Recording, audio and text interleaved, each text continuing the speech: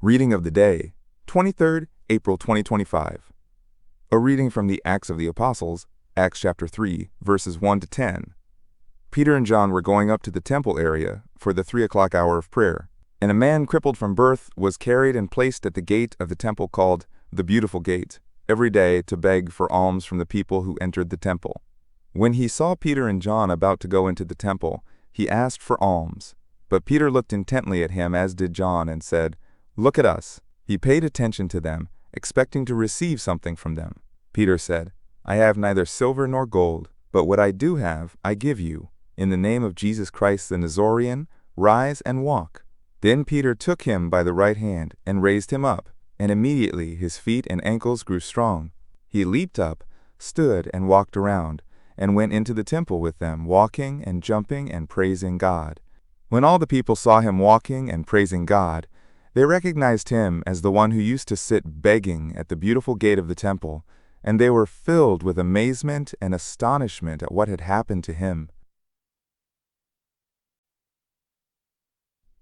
Gospel of the Day. From the Gospel, according to Luke chapter 24, verses 13 to 35. That very day, the first day of the week, 2 of Jesus' disciples were going to a village 7 miles from Jerusalem called Emmaus, and they were conversing about all the things that had occurred.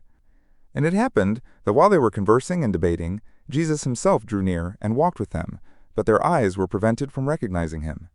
He asked them, "What are you discussing as you walk along?" They stopped, looking downcast. One of them, named Cleopas, said to him in reply, "Are you the only visitor to Jerusalem who does not know of the things that have taken place there in these days?" And he replied to them, "What sort of things?"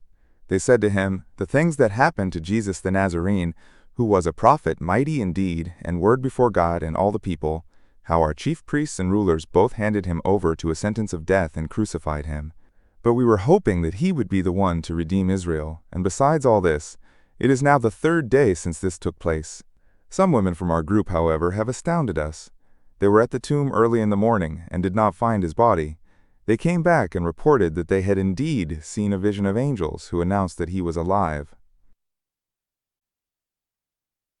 Then some of those with us went to the tomb and found things just as the women had described, but him they did not see.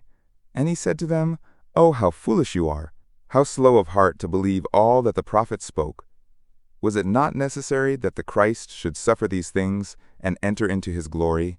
Then, beginning with Moses and all the prophets, he interpreted to them what referred to him in all the scriptures. As they approached the village to which they were going, he gave the impression that he was going on farther. But they urged him, "Stay with us, for it is nearly evening and the day is almost over." So he went in to stay with them.